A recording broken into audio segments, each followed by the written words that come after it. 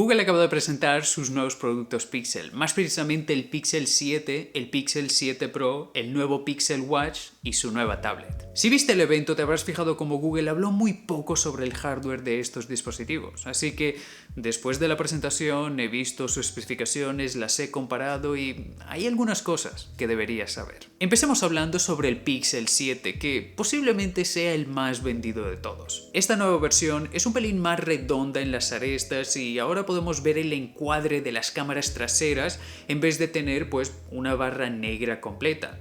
También contamos con nuevos colores y el que me pille será posiblemente el blanco.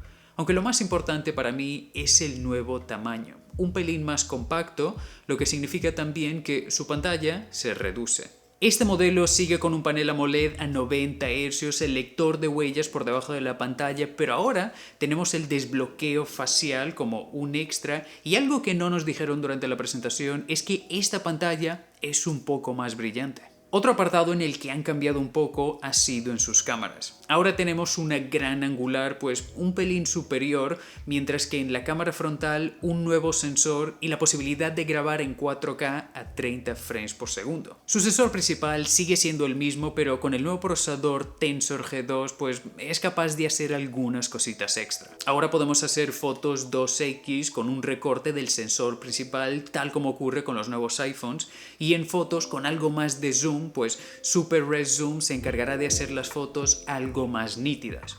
Tenemos también el encuadre asistido que ayuda a personas ciegas a hacer mejores selfies, el tono real se ha optimizado un poco más, las fotos nocturnas son un poco más rápidas, fotos con movimientos también son más nítidas y si haces alguna difuminada pues la puedes editar con Photo on Blur. El modo vídeo tiene ahora un desenfoque cinematográfico que se procesa en tiempo real con el Tensor G2, una mejor estabilización en el modo vídeo también y con autofocus, y hasta la posibilidad de grabar en 10 bit HDR que también es compatible con algunas aplicaciones. Según Google, todo esto es posible gracias al nuevo procesador Tensor G2, pero por alguna razón no hablaron sobre su rendimiento bruto en el sistema o en juegos. Pero si vas a su web y tocas en más información, vemos este apartado que indica que su GPU es mejor, aunque en letras pequeñitas dice que se comparó con el Pixel 6 en versiones de preproducción. Esto claramente me indica que no habrá una gran diferencia de rendimiento para con este procesador y también explica por qué en la presentación hablaron tanto sobre el asistente de voz, la funcionalidad de spam en llamadas, la mejora de la calidad durante las llamadas. Todo esto de Machine Learning, ¿vale? Que está integrado en la TPU del nuevo procesador, pero que ya teníamos en el primer Tensor, solo que ahora pues es un pelín más rápido. Aún así, hay dos cosas que Google no nos dijo sobre su rendimiento. Lo primero es que el Pixel 7 tiene una batería más pequeña, pero su supuesta duración es la misma que antes y su velocidad de carga es superior también. Y lo segundo, pues, es que la memoria RAM del modelo base pasó de 6 GB a 8. Algo que Google también escondió y posiblemente a propósito es en relación a sus actualizaciones, que durante la presentación repitió 5 años de actualizaciones de seguridad y hasta en su web lo vemos como una característica. Pero se les olvidó mencionar que son tan solo 3 años de actualizaciones Android, algo menos que Apple que tanto aludieron durante la presentación. Sobre su precio, este se mantiene en los $599 o 649 en España, porque sí, ya lo están vendiendo en este país, lo que es una buena noticia. Ya en cuanto al Pixel 7 Pro, pues tenemos más o menos lo mismo. Su carcasa trasera ha cambiado el look de las cámaras y trae una nueva selección de colores, algo más neutra. Su tamaño es prácticamente el mismo, por lo que sigue siendo gigante, pero parece ser que la pantalla pues no es tan curva como antes. Otro cambio exclusivo de este modelo está en dos de sus cámaras traseras. En la gran angular tenemos ahora autofocus, que se puede usar para hacer fotografías macro y tienen pues muy buena pinta, la verdad.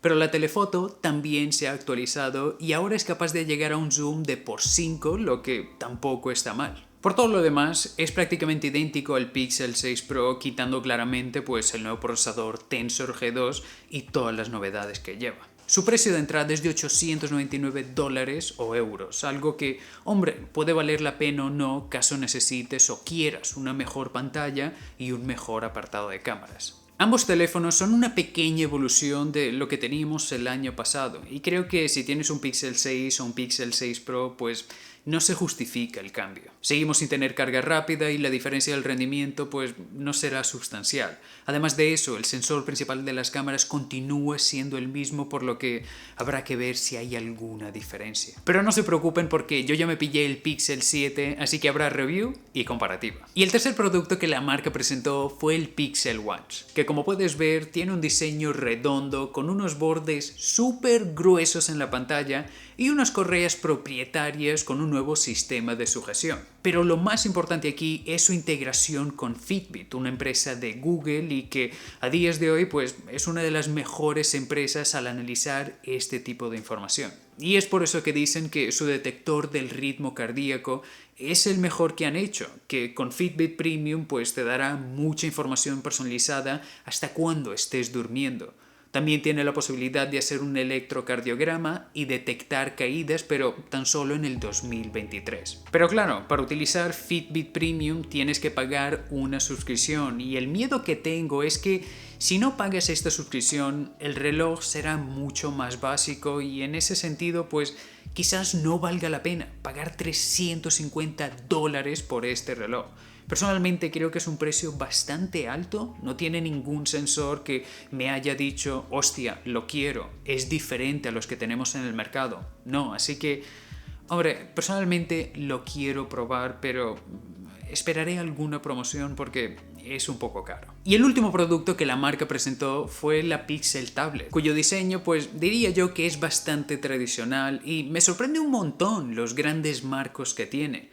Al venir con el Tensor G2, pues supongo que su rendimiento será decente, pero ahora mismo no sabemos nada al respecto. Pero en lo que sí perdieron mucho tiempo fue al hablar de su nuevo dock de carga, que transforma la tablet en un hub para que puedas mostrar las fotos de un álbum o hasta usarla para controlar Google Home. Y no se sabe nada más sobre este producto porque se lanzará en el 2023 y lo más importante aquí será el precio de lanzamiento y el precio del bundle que puedan hacer. Es una buena alternativa a Nest Hub y al de Amazon y demás, pero como digo, el precio final será súper importante. De una forma general, pues ha sido una presentación interesante, pero mucho más enfocada en las funcionalidades del producto que propiamente el hardware. Y es por eso que creo que a Google todavía le falta encontrar ese equilibrio entre hardware y firmware. El firmware, genial, pero 900 euros por el Pixel 7 Pro cuando tiene en plan 3 diferencias para con el Pixel 7 quizás no se justifica, y 350 por el Pixel Watch con esos bordes en la pantalla y menos sensores que la competencia, pues una vez más, es difícil de justificar. Pero bueno, esta es tan solo mi opinión. Si has visto el evento y tienes otra opinión sobre lo que has visto o alguna pregunta, la puedes dejar en los comentarios y nos vemos en el próximo. Chao, chao.